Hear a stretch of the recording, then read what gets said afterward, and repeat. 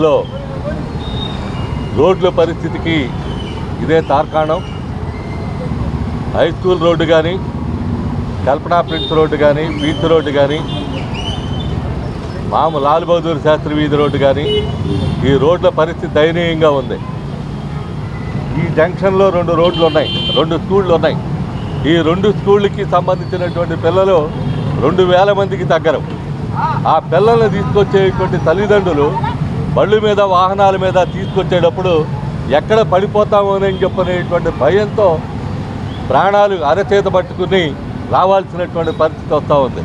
ఇప్పటికే కల్పనా ప్రిన్స్ రోడ్లో ఓ ఫ్యామిలీగా వెళ్తూ ఉంటే 2 గంటలకి కాళ్ళు చేతులు ఇరిగి ఫ్రాక్చర్ తగ్గి అందుట్లో ఈ స్థానిక ప్రజాప్రతినిధి యొక్క మరిది గారికే జరిగింది. అది ఇంకెవరికో బయట వాళ్ళకు కూడా కాదు. అందుకని ఈ రకమైనటువంటి పద్ధతుల్లో చేయటం అనేది ఇది మంచి లక్షణం కాదు. ట్రంచ్ పూర్తి చేయాలి. కల్పనా ప్రిన్స్ రోడ్డు అదొక విచిత్రమైనటువంటి కథ. ఏమిటా కథ అంటే, ఇంటింటికి ఒక మ్యాన్హోల్ పథకం పెట్టారు అక్కడ.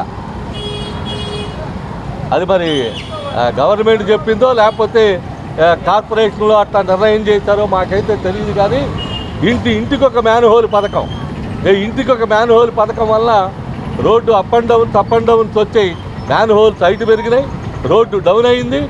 రోడ్డు మీద వెళ్ళేటువంటి కనెక్షన్ తీసుకునేటువంటి వాళ్ళ కొత్త కనెక్షన్స్, పాత కనెక్షన్స్ ఇచ్చినటువంటి పరిస్థితి పోయింది.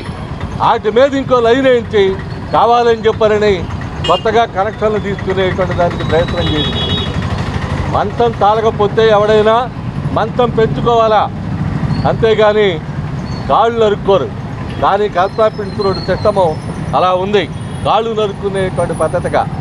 లేకపోతే ఇంటికి ఒక డ్రైనేజీ కనెక్షన్ మళ్ళీ తిరిగి రెండోసారి తీసుకోవటం అని అంటే డబ్బులు కార్పొరేషన్కి లేకపోతే భిక్ష అడగండి.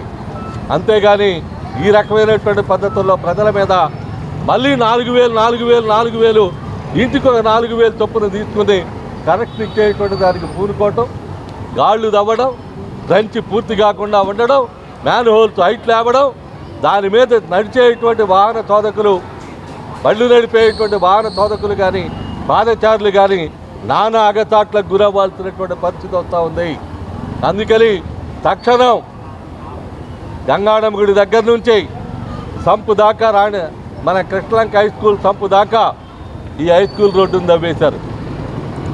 23వ డివిజన్లో ఉండగా అప్పటి కార్పొరేటర్గా నేనున్నటువంటి సమయంలో 22 లక్షలకి దీన్ని ఎస్టిమేట్ చేయించి డబల్ రోడ్డుగా ఏపించినటువంటి ఫలితంగా చొక్క నీరు కూడా నిలవనటువంటి పరిస్థితి ఏర్పడింది. కానీ మళ్ళీ తిరిగి తవ్వి దీన్ని ఏ అవసరం వచ్చిందని చెప్పనేటువంటిది మేము అడుగుతూ ఉన్నాం. రెండోది, కల్పనా ప్రిన్స్ రోడ్డుకి సంబంధించి 10 లక్షల రూపాయల వ్యయంతో నిర్మాణం చేసినటువంటి కల్పనా ప్రిన్స్ రోడ్డు. అదే కాదు లాల్ బహదూర్ శాస్త్రి వీధి కూడా, అదే కాదు బీచ్ రోడ్డు కూడా. ఎందుకు ఈ రకమైనటువంటి పద్ధతుల్లో చేస్తూ ఉన్నారని చెప్పారంటే, మ్యాన్హోల్స్ దగ్గర ఓవర్ఫ్లోస్ అవుతూ ఉన్నాయని. మ్యాన్హోల్ ఓవర్ఫ్లో అయితే ఎయిర్టెక్ మిషన్ పెట్టి తీసుకొచ్చి దించాలా, తోడించాలా, డీసిల్టింగ్ మిషన్తో సిల్ట్ తీయించాలా. ఈ 2 పనులు మానేసి సుఖవంతమైనటువంటి పని, ఆదాయానికి ఆదాయం, రాబడికి రాబడి ఉంటుందని చెప్పనేటువంటి పేరుతో కార్పొరేషన్ చేస్తూ ఉన్నటువంటి ఈ దుర్మార్గపూరితమైనటువంటి చర్య ఇది ఎంత మాత్రం కూడా సమంజసం కాదని చెప్పనేటువంటిది కార్పొరేషన్లో ఉన్నటువంటి పాలకపక్షానికి, అధికార కణానికి తెలియజేస్తూ ఉన్నాం. ఎప్పటికైనా సరే హై స్కూల్ రోడ్డు కానీ, ఇతర రోడ్లు కానీ ట్రంచెస్ వెంటనే పూర్తి చేసి ఆ ట్రంచ్ చేసినటువంటి చోట్ల మళ్ళీ తిరిగి రోడ్డు పునర్నిర్మాణం చేయాలని చెప్పనేటువంటిది డిమాండ్ చేస్తూ ఉన్నాం. ఇది కనుక లేకపోయినట్లయితే ప్రజలను తీసుకొచ్చి, ఈ రోడ్లలో ఉన్నటువంటి నివాసులను తీసుకొచ్చి కార్పొరేషన్ ఆఫీస్ ముందు కూర్చోబెడతామని చెప్పనేటువంటిది కూడా ఈ సందర్భంగా తెలియజేస్తూ ఉన్నాం. తక్షణం సమస్య పరిష్కారానికి పూనుకోవాల్సిందిగా కోరుతూ ఉన్నాం.